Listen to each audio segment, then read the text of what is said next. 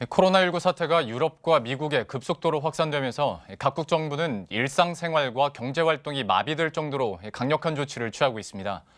팬데믹에 따른 글로벌 경기 침체가 우리나라 경제 대들보인 수출을 가로막고 있는데요.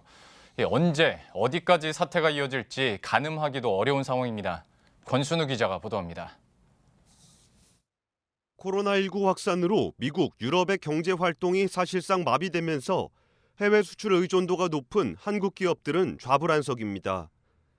유럽 주요국 누적 확진자 수는 이탈리아 2만 4천 명, 스페인 7,800여 명, 독일 5,800여 명 등입니다. 연일 확진자가 급증하다 보니 스페인, 프랑스, 이탈리아 등은 봉쇄, 영업 제한 등 강력한 통제 조치를 속속 내놓고 있습니다. 미국, 유럽을 주요 시장으로 둔 국내 수출 기업들도 비상등이 켜졌습니다. 지난해 글로벌 자동차 판매는 약 9천만 대, 이 중 미국, 유럽 비중은 37%에 달합니다. 현대기아차의 미국, 유럽 판매 비중은 40%에 육박합니다.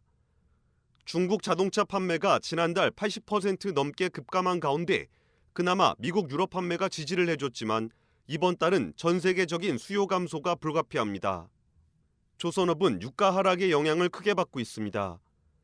클락슨 리서치에 따르면 올해 들어 세계 선박 발주량은 117만 CGT로 지난해보다 76% 급감했습니다.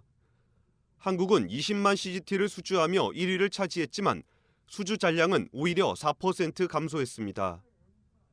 코로나19의 영향은 공급, 수요 양쪽에 영향을 모두 미치고 글로벌 가치 사슬을 통해 심화되고 있습니다. 대외경제연구원은 코로나19 확산의 영향으로 한국의 실질 GDP는 0.5에서 1%포인트, 세계 실질 GDP는 0.57에서 1.13%포인트 감소할 것으로 추정했습니다. 이제 우리나라 같은 경우는 특히나 이제 교역에 연결돼 있는 그 구조 때문에 이제 외국에서 이제 그런 해외 수요가 위축되고 이제 중간재 수입이 이제 원활하지 않은 경우, 적어도 이제 백신이 개발돼서 보급이 완료되기 전까지는 조금 어렵지 않겠냐, 이제 이렇게 전망을 내놓은 거고요.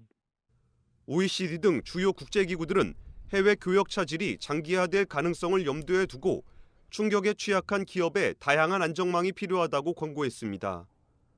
글로벌 경기 침체의 장기화가 불가피한 상황에서 수출길은 더욱 좁아들게 됐습니다. 머니투데이 방송 권순우입니다.